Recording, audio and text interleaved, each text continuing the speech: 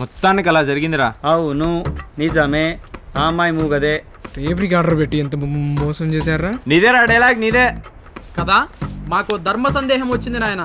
తీర్చగలిగే చతురులు మీరు ఎవరైనా ఉన్నారా? మేం కాబట్టి నేను భరిస్తున్నావురా. అదే వేరే ఎవరైనా అయితే ధర్మ దెబ్బలు కొట్టేవాళ్ళు. ఏంట్రా కొనుక్కుంటూ పోతున్నావు? ఏం లేదు, ఈడైతే బాగా చెప్తాడు అంటున్నా. ఇందాక మేము దేవుని పాదాల వద్ద ఆరెంజ్ ఫ్రూట్ చూచిదిమి. దానికి ఆ పేరు ఎలా వచ్చిందంటావు? రే చెప్పరా. అల్లరి చేయకు, చెప్తాను. తూర్పు, పడమర, ఉత్తరం, దక్షిణం, ఆకాశం, భూమి. ఆరెంజ్ ఫ్రూట్ అనేది ఒక తమిళ పదం. ఇద్దరు తమిళులు అడవిలో దొరికిన పండును చెరో సగం పంచుకోవాలని చూడగా ఒక సగంలో 6 మరి రెండో సగంలో 5 తొనలు ఉన్నాయన్నమాట. తమిళంలో 6ని 6 అని 5ని అంజి అని అంటారు నాయన.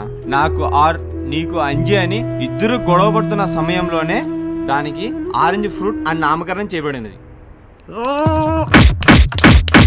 సాగర మదనం చేసినప్పుడు దేవతలు అమృతాన్ని పంచుకున్నారు, రాక్షసులు విషాన్ని పంచుకున్నారు. కానీ మానవుని పరిస్థితి ఏంటా అని ఆలోచించే టైంలో అమృతాన్ని కొంత విషాన్ని కొంత కలగలిపి మద్యపానం చేశారు. ఏరా ఏమైందిరా అంత కంగారు పడ్డావు? ఏదో లాగినట్టుందిరా. నీకు సైట్ ఒకటే కాదురా, నీలో ఇంకా చాలా ఉన్నాయి. నుంచి వచ్చినవరా